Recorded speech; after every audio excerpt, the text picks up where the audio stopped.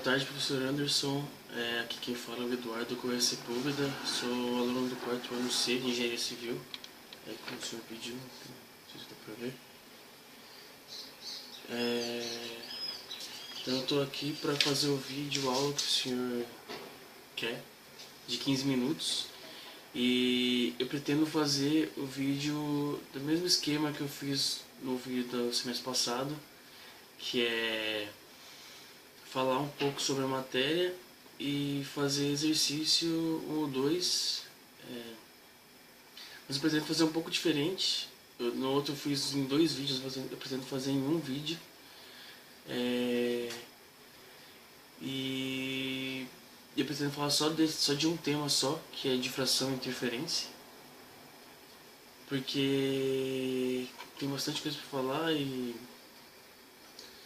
é isso. Eu pretendo falar sobre difração e interferência e eu vou fazer um exercício no final, ou 2, né, que eu achei legal assim. Então, como que eu vou fazer? Eu vou falar um pouco sobre a história, porque tem bastante coisa, bastante cientista que tentou, que tem estudo e tal. Eu pretendo dar uma pincelada, depois eu vou falar o que é, o que são os fenômenos, né? E é isso. Então, a difração. O que é difração? Vou falar sobre a história, né? Atualmente a difração ela é analisada por si só, por ela mesma. Mas antigamente os estudos eram baseados na curiosidade que se tinha em desvendar a natureza da luz, a natureza ondulatória da luz, né? E o primeiro cientista que analisou a luz e explicou a difração foi o italiano Francesco Maria Grimaldi. E ele que deu o nome de difração, que quer dizer quebra em pedaços, do latim, né? Referindo-se a diferentes direções que a luz se quebra, né? Então, seu conceito de luz era essencialmente ondulatório e explicou a difração da luz analogamente às ondas do mar. O que ele queria falar com isso? Ele explicava que a luz era igual ao mar. As ondas do mar, elas tinham a sua direção, só que essa direção, elas se quebravam quando eles encontravam um barco, por exemplo, que é como se fosse um anteparo. E ele explicou que a luz era parecida, né? Tá bom. Muitos outros cientistas, como eles eram curiosos, eles estudaram a luz também, tentando explicar. Então, surgiram no século XVII duas novas ideias, 2 pensamentos distintos, completamente diferentes, que era do Isaac Newton, que defendia a teoria corpuscular da luz, e do Christian Huygens, que defendia a teoria ondulatória da luz. Em ambos os lados, vários cientistas eles apoiavam ou um ou outro, né?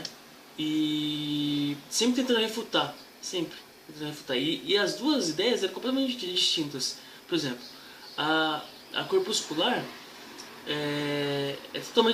ela transporta matéria. A partícula transforma matéria. Já a onda não transporta matéria. A partícula se locomove no vácuo. Uma onda não precisa de um meio para se propagar. Quer dizer, era o que se pensava na época, né? E uma onda atravessa obstáculos menores que seu comprimento, tipo uma fenda. Uma partícula não faz. Se tiver um obstáculo menor, que ela não ultrapassa, entendeu? E na época escolheu-se a teoria do Newton, né? Porque como ele provavelmente tinha fama por suas outras realizações, então foi escolhida a teoria dele. Mas a teoria do Huygens não foi descartada. Tanto que depois de 100 anos, mais de 100 anos, Thomas Young ele questionou várias coisas que o Newton falava, que era a teoria corpuscular, né? Por exemplo, as afirmações de Newton elas não explicavam o porquê que a luz tinha a mesma velocidade, mesmo sendo emitida por corpos diferentes. Então essa era uma das refutações que o Young fazia, né? E ele considerava a luz que era explicada por uma onda de uma maneira melhor. Por exemplo, as ondas luminosas elas poderiam, assim como as ondas do mar, anular-se umas às outras ou intensificar-se. Então o Young ele partia pro lado Huygens. Tá. Então em 1819, o que aconteceu? A Academia Francesa de Ciências ela fez um concurso para porque os partidários do Newton estavam dispostos a provar que a teoria ondulatória estava errada. Só que o engenheiro francês Augustin Jean Fresnel ele venceu defendendo a teoria ondulatória da luz, explicando matematicamente a propagação retilínea da luz, as leis da refração de René Descartes e a difração. Mas os newtonianos, né, eles não ficaram satisfeitos e quiseram e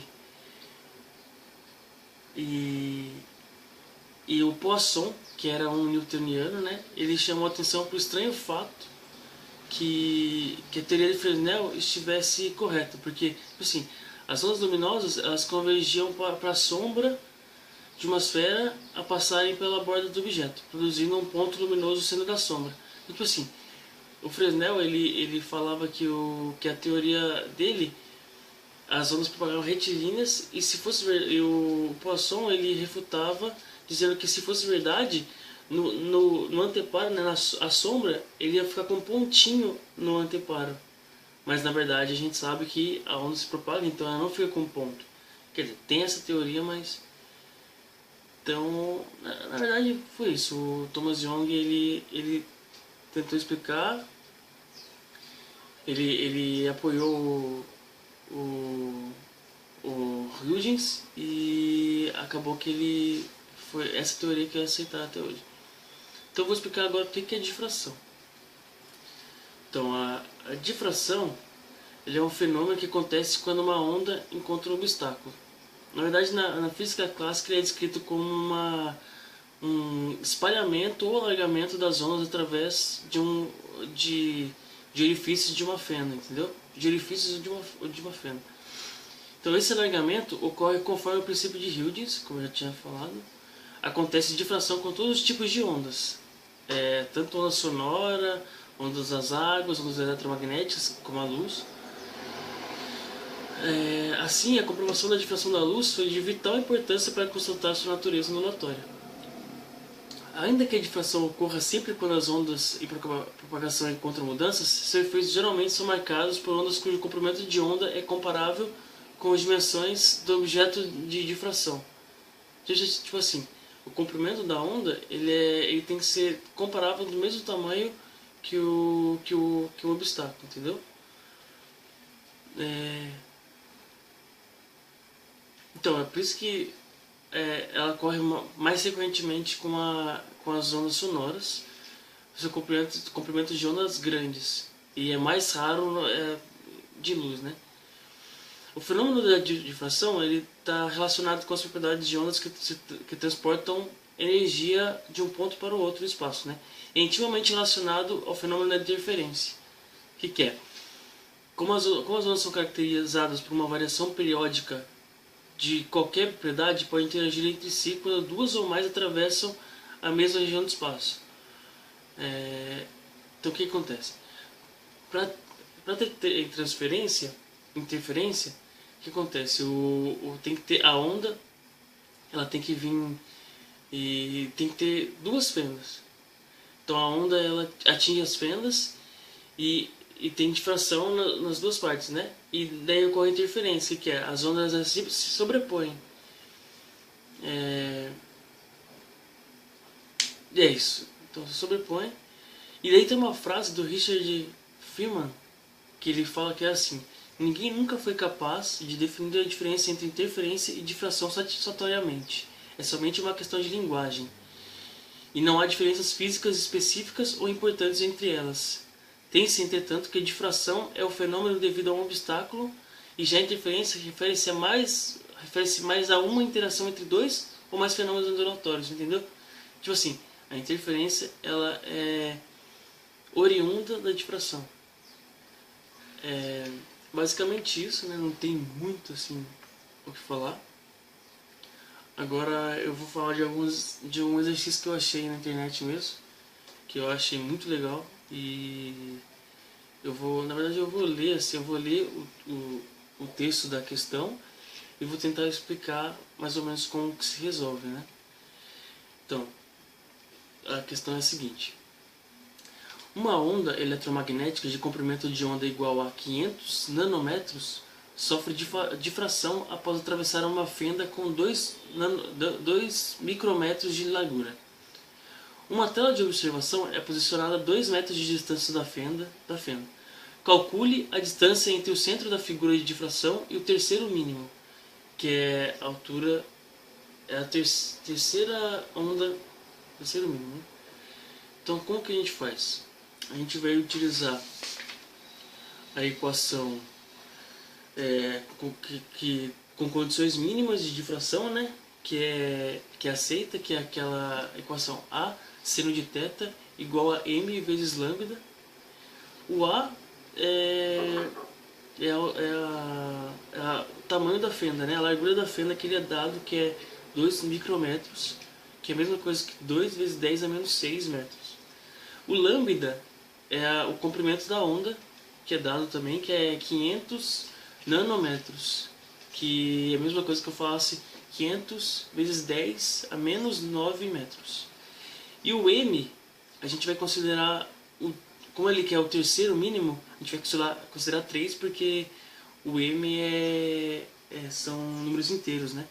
São valores inteiros, então como ele quer o terceiro mínimo, a gente vai usar o 3.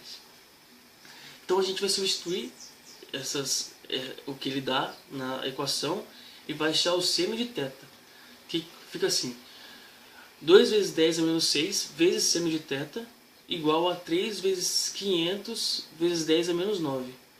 Então, fazendo essa conta, dá seno de θ igual a 1500 vezes 10 a menos 9 dividido por 2 vezes 10 a menos 6. Fazendo essa conta, dá seno de θ igual a 750 vezes 10 a menos 3, que é igual a 0,75. Né? Então o θ, a gente calculando, a gente acha que dá aproximadamente 48,6 graus. Então, ele dá a distância do anteparo para o centro da figura, né? Para a fenda, né?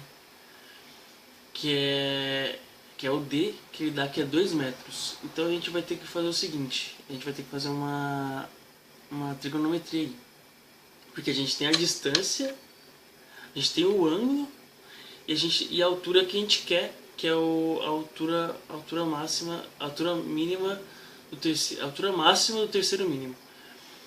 Então, tangente de θ igual a altura que a gente quer dividido pela distância, que é 2. Então, a gente isolando isso, a gente sabe que a altura é igual a distância vezes a tangente de θ. A distância é 2 e o θ é 48,6.